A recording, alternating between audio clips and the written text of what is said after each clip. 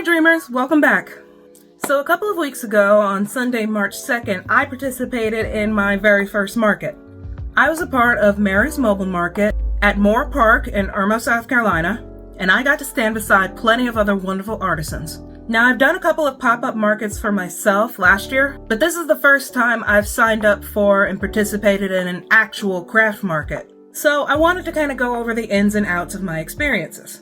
I'm going to try to keep this overview brief. There's a lot about this experience that I really need to sit down and process on my own. And even if I wanted to go into more detail, I did not record enough footage for that.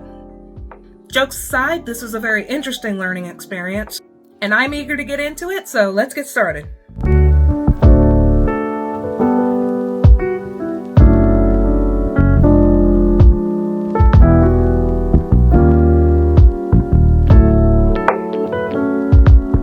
A big part of the pre-market process was deciding what I wanted to bring and what I wanted to sell. As it turns out, that process alone turned out to be much more difficult than I was expecting.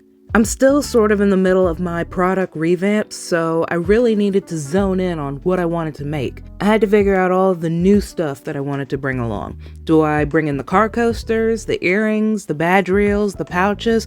What about more greeting cards or cup options? All of these are new things that I'm sort of working on, and I wasn't sure if I wanted to bring it there. I also had to figure out what old stuff I didn't want to bring, like the keychains or the glass cups. And on top of that, I didn't want to bring too much stuff either. I only had a set amount of space after all, and I didn't want it to be too cluttered or messy, nor did I want to stress myself out with too many products. Once I finally decided on what inventory I wanted to bring, it only took me like 3 days, minimum. I had to figure out how on earth I was going to display them all. Some displays were easy enough to figure out. I already had some acrylic shelves available, and I saw this really cute sticker stand idea on TikTok that I wanted to try out. I got lucky with the greeting card and car coaster displays, as both of them were on sale. But I had no clue how I wanted to display things like my ceramic coasters or even my tote bags. I had some vague ideas, but it's difficult for me to visualize these kinds of things. I could try to draw it out on paper or map it out in my head, but I can never really know or picture it until I see it in front of me. Despite it all, I'd say I'm pretty happy with what my display looks like. The best part? Now that I have these displays, I don't have to think too hard about it next time. The changes may come and go, of course, but at least I have these things at my disposal now. Actually making this stuff was the tough part. Sometimes it could take me so long just to get started. Not because I'm lazy or I don't want to, but more so out of fear or paralysis. So it took some time and determination just to even start.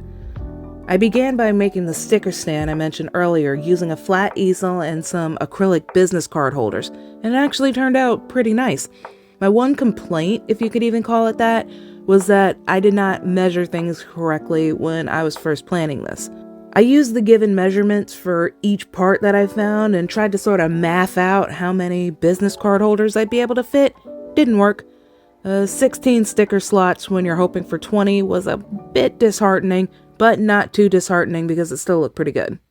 Now, I don't know why I put off making products as long as I did and cut it as close as I did, but as far as I'm concerned, the resulting struggle served me right. Of course, last-minute product making just a day or two before the event is when both of my printers, though mainly my inkjet, would just decide to be weird and suddenly start printing my images with these gross streak marks on them. Like, that would be my luck, wouldn't it? I was able to find a few workarounds in the moment by adjusting some printer settings, but I still haven't found an actual solution yet. All of the maintenance and troubleshooting options have just failed. YouTube and Google searches were a complete bust, and I'm going kind of crazy. There's no way I've started running out of ink because I haven't even used this thing nearly enough to drain that much ink. If anyone has any idea on how to fix a Canon G270, I would greatly appreciate it. Also, I tried to use a different method of making my traditional bookmarks and failed. It just wasn't working. Not to the point where I can't keep trying in the future, and that's what I plan to do, but it was to the point where I just ran out of time. Moral of the story, don't put these things off until the last minute. The setup process was both a lot easier and a lot harder than I thought it would be. Big thanks to my mom for being there to help me out, because I have no idea how long this would have taken me if I tried to do it completely on my own. I had a slight idea of what I wanted and what I was going for when I went into this, but just like with the individual displays, it can be really hard for me to visualize things in terms of size and placement, so I still got really confused. I also didn't account for the possibility of wind and had to chase down some of my stuff before it blew away for good. Still, it was a fun process, and it felt really good to see all the little pieces come together. Not too much to say in terms of actually running the market, though. There actually weren't a ton of people there, so I didn't really get to do and sell much this time around. It was still nice, though.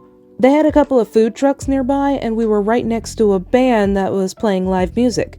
Even though I've never participated in a market, I have been to a fair few of them to shop around, and live music is pretty hit or miss in terms of volume. Get close enough and you can't even hear what you're saying, let alone what the people around you are saying. But surprisingly enough, the volume of the band was great. I was a short distance away and didn't feel like I was drowning. One piece of advice I can give is if you're planning on doing an outdoor market, please just check the weather. It was freezing outside, particularly for a South Carolinian, which sucks because literally every day before that was warm and gorgeous, but nature picked that day of all days to go back to winter. And I had the best seat in the house. I had a little pocket where the sun was shining on me throughout the whole market, and I was still a little miserable. Funny thing about that, I actually kind of meant to ask around if anyone I knew had a tent that I could borrow, but I completely forgot to do that. And I'm glad I did because I needed as much sun as possible. So be prepared for that. So I think for my first market, there's a lot that I could have done differently. And I'll be honest, most of it comes down to procrastination. I waited way too long to make some of the products I needed to make. I wanted to try something new with my bookmarks, but decided to wait until the last minute because I was sure I'd be ready for it. And surprise, surprise, I wasn't. And because I didn't know how to fix it, I just ended up scrapping the traditional bookmarks altogether. And if that wasn't enough, I ran out of a lot of materials that I needed and had to stretch the little bit that I had left.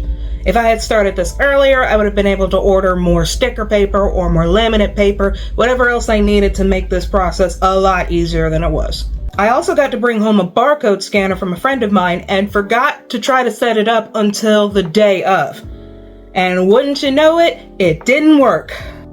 Now, I'm still not quite sure what exactly I need to do to fix it, whether I plug it up to my computer or my iPad or whatever. But either way, if I had tried earlier, I probably would have been able to figure it out. I have a few other moments like this scattered throughout the whole setup process. I really should have just started earlier and planned better. Outside of procrastination, I also just didn't advertise it as well as I should have.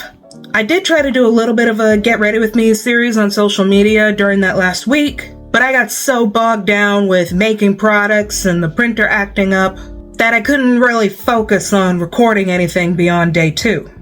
Next time I do this, I want to try to finish that Get Ready With Me series, but beyond that, I'd like to make a wider variety of different types of posts just to be able to spread more awareness. I also found that I wasn't quite sure how to interact with customers. Like I said before, there weren't a ton of people at the event, but even for the amount of people there, being noticed was a bit of a challenge. And once they did stop by, I wasn't quite sure what to say. That's something that I want to work on, but I know it's only really going to come with time and with practice, but I know I'll get there eventually. I do wish I had something to keep myself busy, though. The event was only about 4 hours long, but I kind of found myself just sitting around with no purpose, nor anything to take my mind off the cold.